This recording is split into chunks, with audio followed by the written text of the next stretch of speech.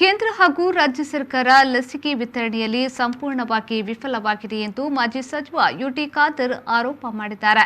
ಈ ಕುರಿತು ಮಂಗಳೂರಿನಲ್ಲಿ ನಡೆದ ಸುದ್ದಿಗೋಷ್ಠಿಯಲ್ಲಿ ಮಾತನಾಡಿದ ಅವರು, ರಾಜ್ಯದಲ್ಲಿ ಪ್ರತಿದಿನ ಸುಮಾರು 1.5 ಲಕ್ಷ ಡೋಸ್ ಲಸಿಕೆ ಅಗತ್ಯ ಇದೆ.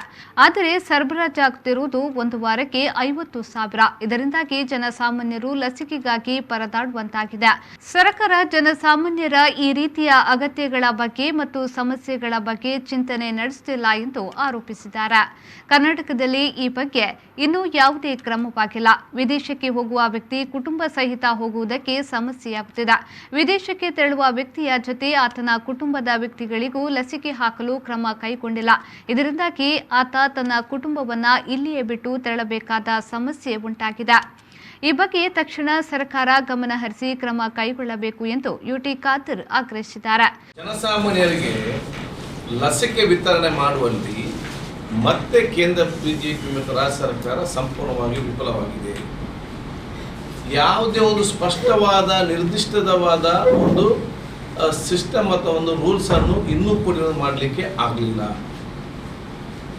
ಇವತ್ತು ಕಾನೂನು ಇವತ್ತು ರೂಲ್ಸ್ ಅಂಡ್ ರೆಗ್ಯುಲೇಷನ್ಸ್ ಮಾಡ್ತಾರೆ, ರೂಲ್ಸ್ ಅಂಡ್ ರೆಗ್ಯುಲೇಷನ್ ಮಾಡುವಂಥ ಡಿಪಾರ್ಟ್ಮೆಂಟ್ಗೆ ಮತ್ತು ಲಸಿಕೆ ಕೊಡುವಂಥ ಡಿಪಾರ್ಟ್ಮೆಂಟ್ಗೆ ಹೊಂದಾಣಿಕೆ ಇಲ್ಲದಂಥ ಪರಿಸ್ಥಿತಿ ಆಗಿದೆ.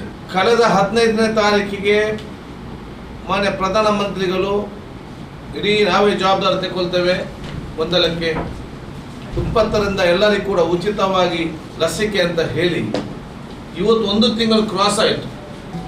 ಉಚಿತವಾದ ಲಸಿಕೆಯ ಪೋಸ್ಟರ್ಗಳು ಮಾತ್ರ ಗ್ರಾಮಕ್ಕೆ ಸರಿಯಾಗಿ ಮುಟ್ಟಿದೆ ಹೊರತು ಲಸಿಕೆ ಜನಸಾಮಾನ್ಯರಿಗೆ ಸಿಗ್ತಾ ಇಲ್ಲ. ಈಗ ಕೂಡ ಎಲ್ಲವೂ ಕೂಡ ಸಂಪೂರ್ಣವಾಗಿ ಗೊಂದಲದಲ್ಲಿರುವಂಥ ವಿಚಾರ ಇವತ್ತು ಆಗಿದೆ. ನಮಗೆ ಲಸಿಕೆ ಉತ್ಸವ ಮಾಡ್ತೆ ಅಂತ ಹೇಳಿ ಕಳೆದ ತಿಂಗಳು ಪ್ರಧಾನಮಂತ್ರಿ ಏನು ಹೇಳಿದ್ರಲ್ಲ, ಅದಕ್ಕಿಂತ ಮುಂಚೆ ರಾಜ್ಯ ಸರ್ಕಾರ ಇವತ್ತು ನಮಗೆ ಡಿಸ್ಟ್ರಿಬ್ಯೂಷನ್ ಮಾಡ್ತಾ ಇದ್ರು. ಅದಕ್ಕಿಂತ ಬರೀ 10% ಮಾತ್ರ ಇವತ್ತು ಜಾಸ್ತಿ ಆಗಿದೆ. ಆವಾಗ 40,000 ವಾರಕ್ಕೆ ಬರ್ತಾ ಇದ್ರೆ ಈಗ ವಾರಕ್ಕೆ 50,000 ಬರುವಂಥ ಪರಿಸ್ಥಿತಿ ಆಗಿದೆ. ಇದರ ಮಧ್ಯದಲ್ಲಿ ಇವರ ಆದೇಶಗಳು ಎಷ್ಟು, 1 ತಿಂಗಳಿನಲ್ಲಿ ಎಷ್ಟು ಆದೇಶ. ಸುದ್ದಿಗೋಷ್ಠಿಯಲ್ಲಿ ತಾಲೂಕು ಪಂಚಾಯತ್ ಅಧ್ಯಕ್ಷ ಮೊಹಮ್ಮದ್ ಮೋನು, ಕಾಂಗ್ರೆಸ್ ಮುಖಂಡರಾದ ಪುರುಷೋತ್ತಮ್ ಶೆಟ್ಟಿ, ಹುಸೇನ್ ಕಲಾಪು, ಜಬ್ಬಾರ್ ಮೊದಲಾದವರು ಉಪಸ್ಥಿತರಿದ್ದರು.